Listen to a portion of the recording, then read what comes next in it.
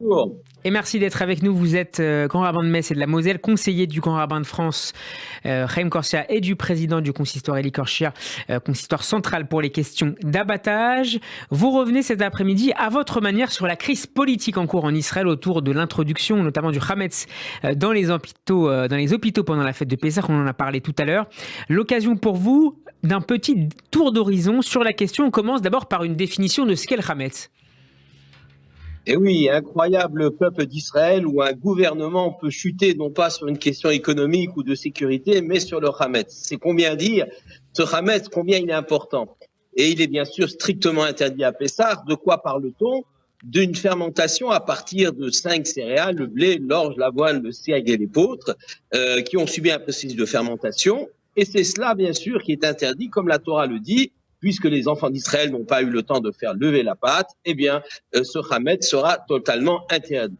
Alors, évidemment, les sages essayent de donner une signification spirituelle à ce Hametz. Il s'agirait de l'orgueil, le pain qui gonfle, se remplit de vide, alors que la matzah, elle est toute plate et elle correspond, elle ne ment pas, elle est ce qu'elle est véritablement, Ouais. c'est la hanava, c'est la modestie. Et nos sages se posent la question, pourquoi ne pas interdire le Hametz toute l'année? Si le Hametz est quelque chose qui est effectivement de l'ordre de l'orgueil, alors Donc, qui est interdisons associé le à quelque Hametz chose de toute l'année. négatif. Absolument.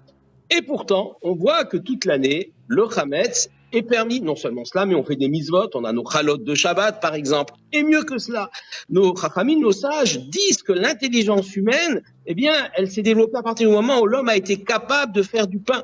Imaginez trouver les plantes, les graines qu'il faut pour pouvoir les planter, les semer, les labourer, pétrir, etc., fabriquer le pain. Donc toute l'intelligence de l'homme, les premiers hommes, lorsqu'ils ont découvert le pain n'est pas tombé du ciel, la manne c'est venu après. Donc toute l'intelligence de l'homme. Donc il y a finalement quelque chose d'important dans la fabrication du pain, quelque chose qui, quelque part, va louer l'homme, lui donner une importance. Alors il y a deux sortes d'orgueil, dit le Rav Melamed. Il y a l'orgueil, effectivement, celui de Pessah, qu'il faut éliminer, puis l'orgueil de toute l'année qui est un peu le self-confidence, comme disent les Anglais, la confiance en soi, la volonté de savoir qu'on veut construire, on a des capacités humaines immenses et qu'on peut bâtir beaucoup de choses. Sauf que l'orgueil de Pessah, c'est par rapport à l'Éternel lui-même. Si quelqu'un dit ce que j'ai construit, je l'ai construit moi-même et seulement moi-même, alors il y a problème.